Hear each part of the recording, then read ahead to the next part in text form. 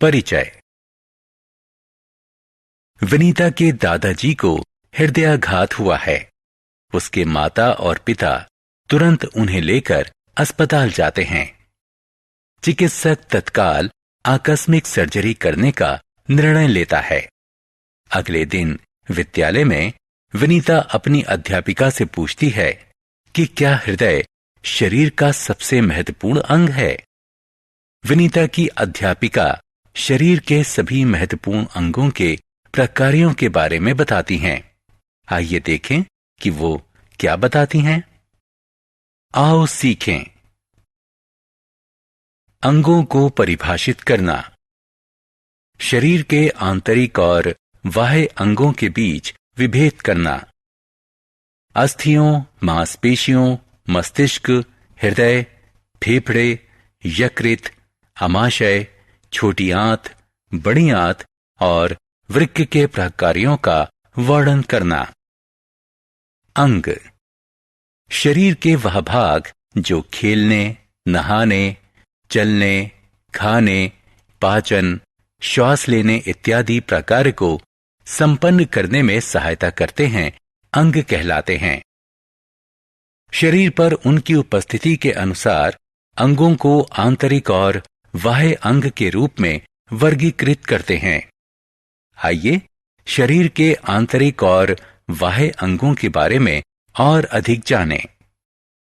आंतरिक और बाह्य अंग वे अंग जो शरीर के बाहरी भाग पर स्थित होते हैं और जिन्हें बाहर से आंखों से देखा जा सकता है, उन्हें बाह्य अंग कहते हैं। उदाहरण के लिए त्वचा, आंखें, कान, नाक, पांव इत्यादि। आंतरिक अंग मानव शरीर के अंदर होते हैं और उन्हें बाहर से आंखों द्वारा देखा नहीं जा सकता। आओ खेलें। अब यह जांचने का समय है कि आपने आंतरिक और बाह्य अंगों के बीच के विभेद को कितनी अच्छी तरह समझा है। नीचे मानव शरीर के कुछ अंग दिए गए हैं, उन्हें आंतरिक और बाह्य के रूप में वर्गीकृत करें। अस्थियां एवं मांसपेशियां। दौड़ना, उछलना, टहलना, घूमना, हाथ मोड़ना, तैरना इत्यादि गतिविधियों में मानव शरीर के अंगों की गति सम्मिलित होती है। ये सभी गतिविधियां अस्थियों और मांसपेशियों की सहायता से संपन्न होती हैं। अस्थियां मानव शरीर का कठोर अंग होती हैं। ये कैल्शियम और फॉस्फेट जैसे खनिजों से बनी होती हैं। अस्थियां मानव शरीर को ढांचा प्रदान करती हैं। ये आंतरिक अंगों को आधार और सुरक्षा प्रदान करती हैं, जैसे कि पसली की हड्डी हृदय और फेफड़ों की और कपाल मस्तिष्क की सुरक्षा करता है। पसली की हड्डी और कपाल दोनों ही अस्थियों से बनी संरचना हैं। हम केवल अस्थियों के सहारे गति नहीं कर सकते, बल्कि मांसपेशियां अस्थियों को एक दूसरे से जोड़ती हैं और गति को संभव बनाती हैं। मस्तिष्क। जिस तरह पायलट हवाई जहाज का मुखिया होता है, उसी तरह मस्तिष्क मानव शरीर का मुखिया होता है। मानव मस्तिष्क अस्थियों की बनी एक संरचना से ढका होता है, जिसे कपाल कहते हैं। मस्तिष्क मानव शरीर की सभी गतिविधियों जैसे सोचना, देखना, चलना, बोलना और शयन को भी नियंत्रित करता है। हृदय। मानव हृदय मानव शरीर के केंद्र के थोड़े बाएं तरफ दोनों फेफड़ों के बीच के वक्ष विवरों में स्थित होता है। इसका आकार शंकु जैसा होता है। मानव शरीर का आमाप बंधी हुई मुट्ठी जितना होता है। यह मांसपेशियों की थैली होती है, जो ऑक्सीजन और दूसरे पौष्टिक पदार्थों से युक्त रक्त को पूरे शरीर में पहुंचाने के लिए उत्तरदायी होती है। मानव हृदय 1 मिनट में 72 बार धड़कता है। यह बिना थके लगातार कार्य करता है। फेफड़े। सभी सजीव श्वास में वायु लेते और छोड़ते हैं। श्वास लेने को अंतःश्वसन कहते हैं। श्वास छोड़ने को बाह्य श्वसन कहते हैं।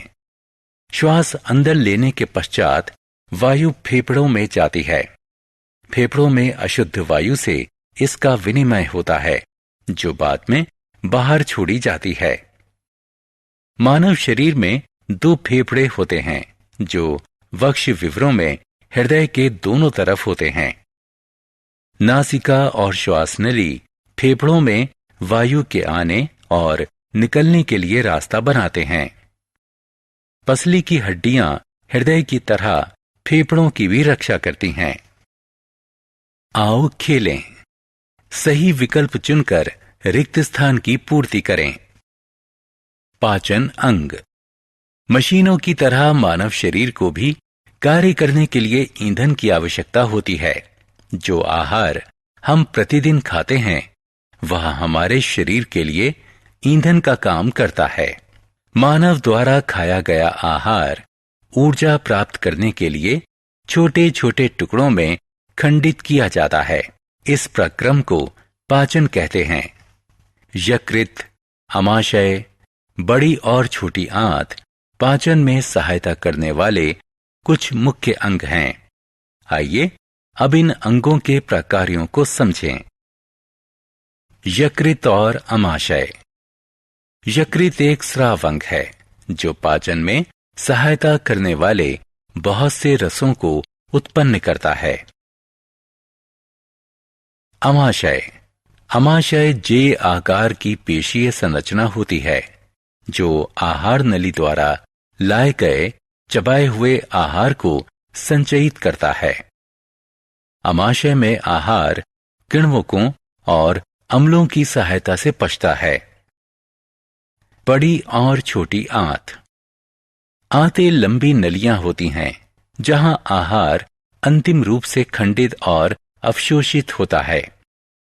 छोटी आंत लंबी कुंडलित नली होती है, जहां पचा हुआ आहार पूरी तरह खंडित होता है और रक्त में अवशोषित होता है। बड़ी आंत अनपचे आहार से जल अवशोषित करती है और अपशिष्ट आहार को मल के रूप में शरीर से बाहर निकालती है। वृक्क। वृक्क वह अंग है जो अपशिष्ट कहे जाने वाले अवांछित पदार्थों को हमारे रक्त से दूर रखता है। हमारे शरीर में पसलियों के ठीक नीचे वृक्क का युग्म होता है, जो कि शरीर के दोनों तरफ स्थित होता है। वृक्क रक्त और शरीर के दूसरे भागों से अपशिष्ट को बाहर निकालते हैं और हमें स्वस्थ रखते हैं। हमने क्या चर्चा की? शरीर के वह भाग जो विभिन्न प्रकारों को संपन्न करने में सहायता करते हैं, अंग कहलाते हैं। शरीर में उनकी उपस्थिति के अनुसार मानव अंगों को आंतरिक या बाह्य के रूप में वर्गीकृत करते हैं। आंतरिक अंग मानव शरीर के अंदर होते हैं और उन्हें बाहर से आंखों द्वारा देखा नहीं जा सकता। बाह्य अंग शरीर के बाहरी भाग में होते हैं और इन्हें बाहर से आंखों द्वारा देखा जा सकता है। अस्थियां और मांसपेशियां गति करने और आंतरिक अंगों की सुरक्षा में हमारी सहायता करती हैं। मस्तिष्क मानव शरीर का मुखिया होता है, जो शरीर की सभी गतिविधियों को संचालित करता है। हृदय ऑक्सीजन और दूसरे पोषक पदार्थों से युक्त रक्त को शरीर के सभी भागों तक पहुंचाता है। फेफड़े गैसों के विनिमय की सुविधा प्रदान करते हैं। आमाशय और छोटी आंत आहार के पाचन और अवशोषण में सहायता करते हैं।